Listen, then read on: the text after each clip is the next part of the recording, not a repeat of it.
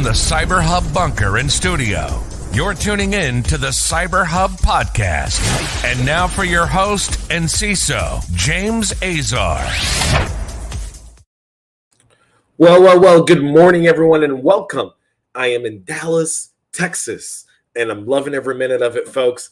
I am live, so it's 8 a.m. here, 9 a.m. on the East Coast. Thank you all for being patient. We started a few minutes late this morning as we're trying to get some last-minute production stuff done. Good morning. It's been a crazy few days here in cyber. We're going to get to all of that and more on today's show, including the source code for the Conti ransomware has been leaked. Cyber attacks continue on to Ukraine, and the Senate finally approves a cyber incident reporting bill that passes in bipartisan support in the Senate. So, yeah. We're maybe from the State of the Union yesterday and all the different pundits, but Senate did do something earlier this week to really address these concerns. So it's going to be an excellent show. Thank you all for being here. So let's start off. First of all, good morning to Eddie. Good morning to Ed. Good morning, Peoples. I'm not sure who that is. Good morning to Findley. Good morning to Anna Lynn on YouTube. Good morning to Chris, Matt Lee, and Miss Warstall. Good morning to all of y'all. This lovely morning. The show is supported by our friends over at KnowBe4. Please show them some love and support. You can find more about them in the show notes. And if you're looking for any cyber awareness or awesome research, go check them out.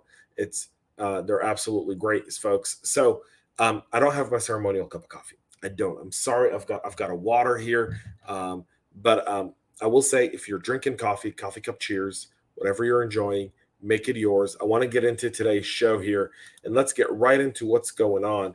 We'll start off with the Conti ransomware source code that's been leaked. A hacker who claims to be Ukrainian has leaked the source code of the notorious Conti ransomware after the gang expressed its support for Russia. So they first expressed their support for Russia and said, Mother Russia.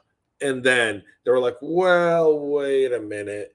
We're going to stay neutral on this one. Conti had affiliates that were Ukrainians who were like, hey, man, what are you doing? And that's kind of like the globalization of cybercrime is, it's not just a national force. It's really an international alliance.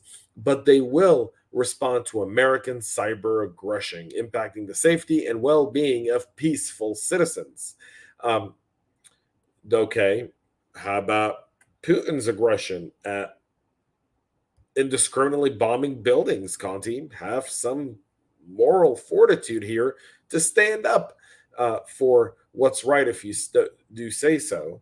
The first files contain tens of thousands of messages that were exchanged by the Conti members, and now the second file also exposes information like Bitcoin addresses, conversations with victims, IP addresses, and other infrastructure data. The Conti Leaks account has continued releasing files, including chat logs, credentials, email addresses, screenshots, CNC server details, and information on servers used. Really a trove of OSINT for cybersecurity organizations, and a really good one at it. By the way, this is going to be really helpful for blocking, for mitigating. Your EDR vendors should be right on this stuff, and they should be addressing it right away. And if they're not, find out why. Right? Ask them, like, why are you not doing this at all? So get that addressed as well, folks. We'll move on to our next story. Cyber attacks in the Ukraine. A new worm that is spreading data wiper with a ransomware Smokescreen. This is according to ESET, who said that hours before the Russian invasion of the Ukraine, they started with DDoS attacks against the government websites. Then they quickly morphed into wiper attacks aimed at destroying data on computer networks. We've seen the Hermetic Wiper, there's the Hermetic Wizard, and now Hermetic Ransomware, all written in Go.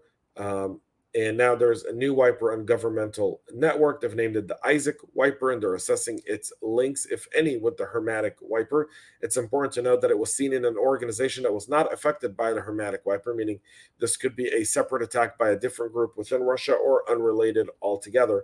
The initial vector for the data wiper is currently unknown, but ESET's threat hunters have found signs of lateral movement inside the targeted organization. In one entity, the wiper was deployed through the default domain policy.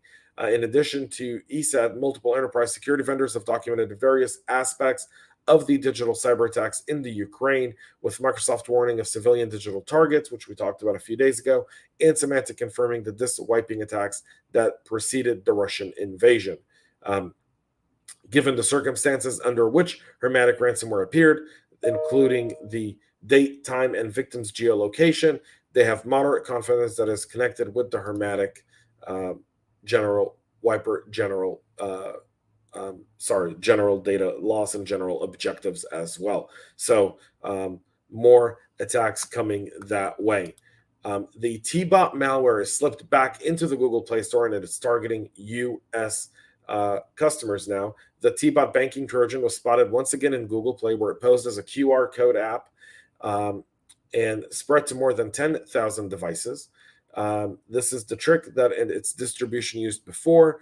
Even though Google ousted these entries, it appears that the malware can find its way back into the official app repository. An online fraud management and prevention company said these applications are acting as droppers. They've submitted without malicious code and request minimal permission to do that. The QR code and barcode scanner app in Google Play has over 10,000 installs already, and it is part of the TeaPod payload and TrickBot. Upon installation, the app requests an update through a pop-up message, but contrary to the standard procedure imposed by the Play Store guidelines, the update is fetched from an external source. This was tracked to two GitHub repositories belonging to the same users. They contain multiple TeaPot samples, which were uploaded on February 17th.